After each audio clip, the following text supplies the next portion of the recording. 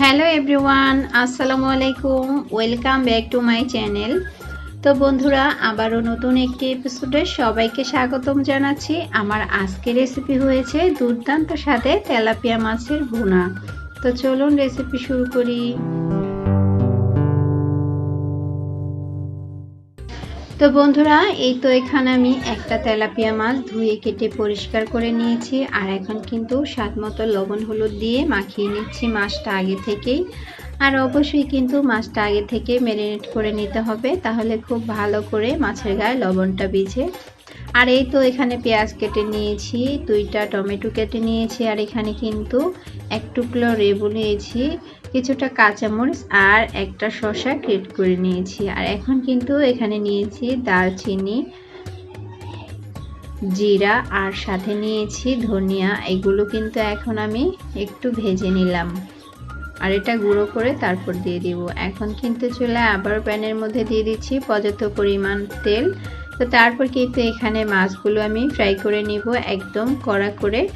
আর অবশ্যই কিন্তু এই ফ্রাইটা করতে কড়া করে হবে, আর এভাবে রান্না করলে খেতে হয় অনেক মজা। তো একবার কিন্তু চাইলে ট্রাই করতে পারেন। এই রেসিপিটা কিন্তু আপনারা ভাত বা পোলাওর সাথেও খেতে পারেন।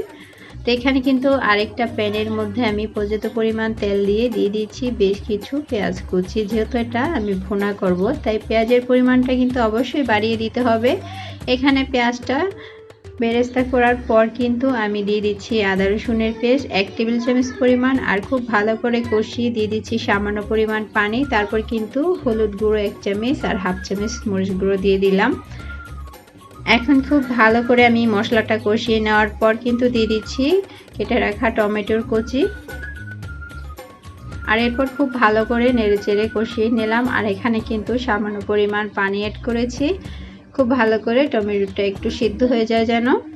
আর এই মশলাটা এখন কিন্তু কষানো হয়ে গেছে, তো একটু ঢেকে দিব আমি টমেটোগুলো নরম হওয়ার জন্য। তো এখানে কিন্তু নরম হয়ে গেছে টমেটোটা। আর এই পর্যায়ে কিন্তু ভেজে রাখা মাছগুলো আমি দিয়ে দিচ্ছি। আর এইভাবে একবার ট্রাই করে দেখবেন, খেতে কিন্তু অসাধারণ হয়। এখন মাছগুলো সব দিয়ে তারপর কিন্তু আমি 2-3 সেকেন্ডের মতো একটু রেখে দিব। তো তারপর কিন্তু এই যে উল্টে নিচ্ছি, আর দেওয়ার সাথে সাথে কিন্তু উল্টাতে যাবেন না।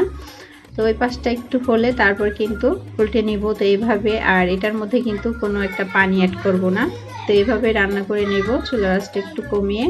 তো এই পর্যায়ে কিন্তু আমি দিয়ে দিচ্ছি নামানোর আগে উপর থেকে যে মশলাটা তেলে গুঁড়ো করে নিয়েছি, তো সেই মশলাটা দিয়ে দিচ্ছি। আর এখানে এক টুকরো যে লেবু নিয়েছিলাম, তো সেই রসটা দিয়ে দিলাম লেবুর।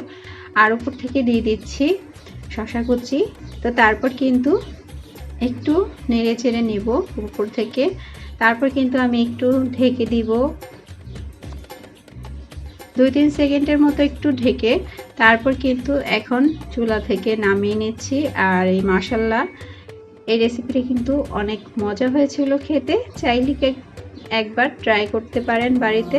তো আমার আজকের রেসিপি ভালো লাগলে অবশ্যই লাইক কমেন্ট শেয়ার করবেন, আর চ্যানেলটিকে সাবস্ক্রাইব করে পাশে থেকে যেতে পারেন। পাশে থাকা বেল বাটনটি ক্লিক করে রাখবেন নিত্য নতুন ভিডিওগুলো পেতে। আল্লাহ হাফেজ।